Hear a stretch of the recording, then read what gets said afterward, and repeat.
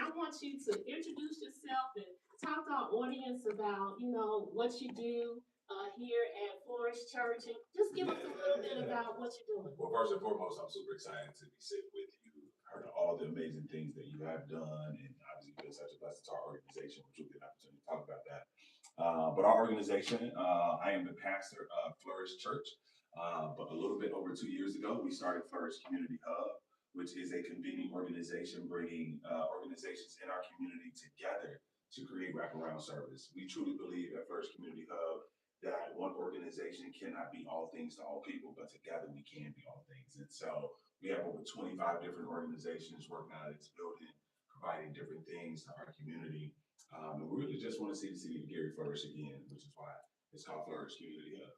So I'm going to take you back in a little time. Take me back. I want to bring everything that you just talked about to the forefront. You're going to put some names and some activities and things with it. But let's go back 2 years in the way back machine. I became the City of Gary's Health Commissioner officially February 2nd. Congratulations. 2024. Under the administration of Mayor Melton, who came in December 31st, January 1st of 2024. I can't believe it's been 2 years. Man. And so we were at a press conference. Well, I got there before you did. I think I had my purse and maybe a jacket or something sitting on a seat. And you came in, the room was starting to get crowded. So you came and you asked, was it empty? I moved my little stuff. Yeah, so kind of. Yeah, you sat down and we just chit-chatted, enjoyed, introduced ourselves to each other. Then found out we knew you were my cousin. It's like, what? Yeah. I'm like, my cousin. I'm like, one of the oldest churches in Gary, right? Yeah. Like, got an opportunity to preach there, but she was such a sweetheart. She just such a connector. We just enjoyed just partnering with First Baptist, and they just got a new pastor and everything. Yes. So I'm so excited. So Pastor Nicole Guns, our first woman pastor of First Baptist Church. Our church is over 117 years old. Thank you. She is so energetic. She's bringing so much life back to the church. She's helping us create this intergenerational. What you've done already in just this time in creating this hub, you've actually done that because we had a joint Christmas event. Never forget it. In 24 in December. Maxine set it up. You and her worked it out. Your wife cooked the food, catered the food. You still talking about the chicken and waffles? Yes. Yes, and I have to. I don't eat a lot of fried foods. Right? Yeah, but that day. that day. And I was like, is it even go up there? Yeah. But it was such a wonderful experience. Our church leaving our place, our home of comfort, to come here and just, fellowship with you all, the service. We were just, our eyes were just like, wow, because you had so many young people that were here and, running the service and doing all those things. And then you had the overflow room when I was a baby. And I was like, we need to do this in our God church. has been good to us. Then we came downstairs and had a time. Oh my goodness, the time we had. And so I just, from there, and I don't think we've really run into each other again since that time. So we hadn't really had the opportunity to catch up. So let's take the time to kind of catch up and find out a little bit more about what the Flourish Hub is doing, who you're partnering with, some of these good things. Yeah. I've been hearing a lot of good things about Flourish. And I'm 100% behind Flourish Hub and the work that you all are doing in the community. Yeah, so we've really been spending time just really building that social base. We want to, as best we can, clear out some of those hurdles and burdens that keep people from flourishing. And once again, we believe that's done through collaboration and partnership. So we are the villages in our building. They offer childcare and after-school programming with a focus on kids with autism. And so we want to make space for that. We think that's amazing. Janisha is doing an amazing job. We partner with Shine Recovery Cafe. They have youth addiction recovery program, and I believe they may be working with you all as well. And so we want to make sure that teens have access to things that's going to help them to be healthy and productive, just in life in general. And then several mentorship organizations like Butterfly Dreams. Tamika is doing her thing in the neighborhood with upholstery. And then we got karate, we got chess. We're doing a ton of stuff with DCS. And so it's just really good just to see community putting egos and logos aside, getting out of our silos, and just really just locking hands together and saying, man, what does it look like for us to march and do this thing together faithfully? And so, and then of course, our partnership with you, we want to see our community healthy, and mental health is a huge part of that, right? Yes. We want people to have a fresh mind and fresh set of eyes to see life through. And so a lot of times there's a stigma behind it. Yes. But what at least I've been able to experience since we started the hub and then planning mental health services in it, it feels normal. It feels like family. Yes. It feels like a regular flow of someone's life. And so we've just been seeing many people take advantage of that. I want to give a quick shout out to Radia Martin, our assistant hub director. She's been building that thing. She's the brains, the heart, the hand behind that, and it would not be what it is today. So can we focus on that mental health? This morning, I just happened to be on my program Silver Monday at Jay's Breakfast Club, and that was one of the topics that we talked about. But what I wanted to really, and I think that that's what really has me interested in Flourish Hub and the work that you all are doing, because you're getting to the adolescents and the youth before they hit that 25, 26-year-old mark, where it's a lot harder to help them with either addictions or behavioral health disorders. Not to say that it can't happen, but it is a little bit more difficult because, your brain is still developing until about age 25, 26. That's right. So if we can help to modify those behaviors when they're in that adolescent age, it really helps to reduce some of those kind of addictive behaviors or maybe those aggressive or, depression and those things like that. So can you talk to us a little bit more about what the partners you have brought to the table, how they are addressing those different things? And I really want to highlight the Shine Recovery. Yeah, so what I would say is that the beauty about grassroots organizations is that we have those relationships, right? We're boots on the ground. Yes. This is not just a program for us, but we are intentionally and transparently trying to be vulnerable with our young people. Every Wednesday, I do a mentorship group with young men who are coming out of JDC, DCS, or in our neighborhood. And so building those relationships with them, I believe Shine Recovery Cafe is doing a really good job at this as well. Just being that big brother, that big sister. And so as you know, as you get into someone's life, you begin to see the broken pieces. And we all have them, right? Yes.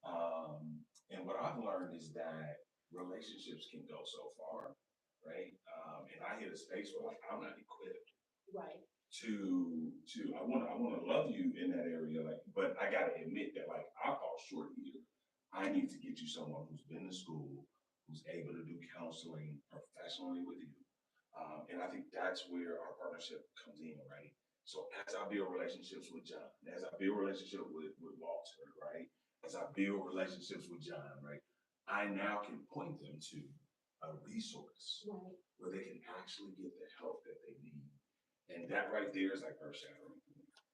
To see some of these young people melt in front of us and say, I want the help, I need the help. And the beautiful part, partnership, that collaboration, saying, hey, we can actually give you the help. Because people like yourself, making sure that grassroots organizations are equipped and have resources.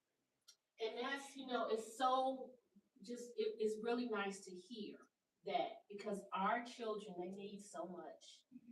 They are looking for love, they're looking for security, they're looking for safe spaces to have conversations, and Flourish Hub is doing that for them. And I'm just so happy that you were able to bring so many partners to the table, because like you said, when you hit your wall, right, when your area of expertise has been extended, exactly. That's what the network does. Yes. I love it. And so I think that was one of the things as we sat down and looked at developing a behavioral health department at the Gary Health Department. That was one of the things that we really dug down deep to look at. How can we create a network so it's not all on one resource, that we can collaborate, this network can collaborate together. It's like, oh, I have the food over here. I have the Yes. housing over here. Yes. I have the counseling service here. Yes, that's it. And let's, wrap these That's services around That's instead of it. me running around trying to figure out, Right. how can I get them a food box, Exactly. Now I'm exhausted. Exactly. Right? That's so good. No, that was genius. I'm glad you all did that. It's been a blessing. And so, even though the funds are coming to its conclusion, we're hoping that this will encourage the grantees to go out and look for additional funding and support and resources for their program. But then also, if you're able to bill for those services, look for those entities that will pay. Look for contracts for services and things like that. Yeah. Now you're gonna have to. You said something earlier. You said two alphabets. I know GCFS. Everybody knows what that is. Most everybody. But you said something JC. No, LCJC. Oh yeah, the JDC, the Juvenile Detention Center. Okay. All right. Now, when I was growing up, it was LCJC. Yeah. I see. And I think they still use that in there, but we always say JDC around here. Okay. Because I had no clue. I was sitting here. I had a big question mark over my head. I think he's talking about. I'm glad you wrapped around. Somebody else may need that clarification. I'm old school, so you gotta help me with that. I know that's right. So what things are coming up for you in the different projects that you're working on? Yeah, so one of the, especially around like mental health, we're trying to do more like group therapy. And so one of the ways that we want to do that, going back to collaboration is huge for us. So we want to collaborate with other churches. Like how can we as churches bond together to get our people in circles and healing together? And so that's going to be a big part for us. Our hope in the future too is, we want to see a counseling center at some point, right? We believe that there can never be enough access to mental health, and our desire is to see multiple hubs across our region, giving people closer access and proximity to the things that they need. Obviously, transportation is always an issue. So we love what we're doing here, and we believe that this can, be replicated in other environments. And I think mental health is some sort of. Oh yeah, for sure.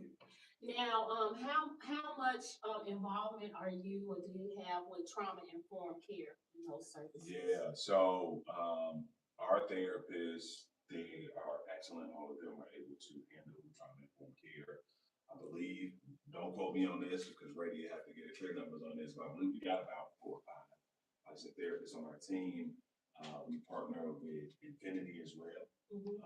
And so we're so glad to partner with them. They're doing an amazing job in our region. And so it's good to have them on board. I mean, a lot of counseling centers, they got so many people. They're overwhelmed. They're overwhelmed. So we really need each other, really. And so we're excited to continue to see those partnerships. The COVID didn't help. Oh, yeah. Because the providers themselves are finding themselves burned out and stressed themselves. So, and we're really at a crisis in this country right now because there is a shortage of behavioral health providers. And you have some with caseloads that are just too large for them to manage. And so I think that we need to continue to educate and encourage more people about talking about their own mental health, but then also considering that as a career path as well, because those peer support partners, people who have lived this experience, they can have those conversations with people who are, trying to come into recovery, trying to end their addictions and things like that. And we've even seen on our side, I think the last few people that signed up for our mental health programming were Black males. And so to see more young men taking that path to get healthy, that's a huge encouragement, right? But that's a huge lift as well, because it's very challenging to get Black men to come in and to be vulnerable. Yeah, they're coming, and we're so excited. And I think once again, when it's community-based, community-driven, that's when you get those kind of outcomes. No, I definitely agree. You feel more at home insecure versus going to some cold, sterile, exactly. environment, out of your Judge city, me. out of your city, out of your comfort zone. It's like, I feel like a stranger in a strange land versus, hey, I see Pastor Dexter at the grocery store. Exactly. Something like that. Or I see Dr. Seabrook, being Dr. Seabrook.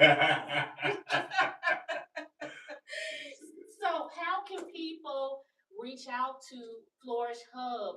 What do they need to do to connect with you and your team and find out some of the things? I'm sure you have a website and a whole bunch of other things. Yeah. First and foremost, our front door is always open. And we want to welcome all people to take advantage of some of the services that we have. They can go to flourishcommunityhub.org. You can go under our mental health programming, fill out the sheet there, and that will get populated to our team. They'll get them connected with a mental health therapist. They can also select a therapist that they want. So the therapist profile is online and everything. So it's real easy, real seamless. What's coming up? Anything coming up? Let's see. We got so much stuff that is happening around here. Well, I think a big thing that we're working on right now is we're in the process of obtaining another building. We're trying to actually get the warehouse that is adjacent to our properties, a 36,000 square foot warehouse. Wow. We want to use that as a recreational entrepreneurship as well. So when we think about the hub, we got our social services, but we also want to create space for the community to commune more. In addition to that, we want to raise up some entrepreneurs in our city and send them out. We are all about economic development. I believe that our mayor and our administration is doing a wonderful job. And us on the ground, we got to do our part as well, right? And so we've got to put a restaurant in there, an indoor playground, be a workout gym. It'll be retail spaces and all that. Okay, wait. When does my membership start? And so we're on it, man. So we're on the process of raising $2 million. We're about 700,000 right now. We just started back in November. 700,000, and you haven't even hit a year yet. Yeah, so we cooking, man. Yeah. We're trying to get things done around here. We don't just talk about it; we walk it. And then, of course, something I'm encouraged by. I just finished my doctorate. And so super excited about that. I graduate next month, and so I'm looking forward to that. Just more tools in the tool belt to continue to help our community. So is it in theology? Yeah, so it's in Christian community redevelopment. So it's a merging of theology and community development. So it's both of my passions being merged together. Yeah, so it's super exciting. Was that already on the book, so you had to make that up? So it was interesting because I told my wife after I finished my master's degree that I was done. And then Moody came out with a doctorate program, and they had a redevelopment program. I feel like God had set that up for me. That is amazing. So it was a 3-year program. I finished it in 2 years.